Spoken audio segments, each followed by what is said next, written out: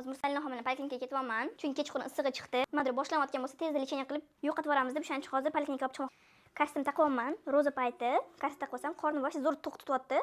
Plus hozir bir yo'li roza payti, roza tutib ham kostyum taqsam tezroq 2 barobar ozaman-da. O'shaning uchun kostyumni taqib har kuni yuraman qizlar. Keyin kuni 2-qatorda edim. Hozir mana 3-qatorga taqdim.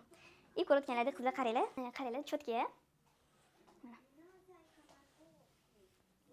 Belda zo'r ushiydi. Xolos endi shu futbolkamni kiyib olsam bo'ldi. Ko'cha вообще непонятный havo, kecha juda ham zo'r issiq havo bo'ldi. Hozircha suvga o'xshayapti. O'qiysan? Qo'rqyapsanmi? Menini kiysa ekanmi, qo'rqyapsanmi? Mirsalim, привет deb qo'y kameraga. Привет deb qo'y. Привет. Rosa yosh ko'raman, shu qizlar, rosa yosh ko'raman. Xolos ko'rayotganlarda u men kim deydi bilmaydi.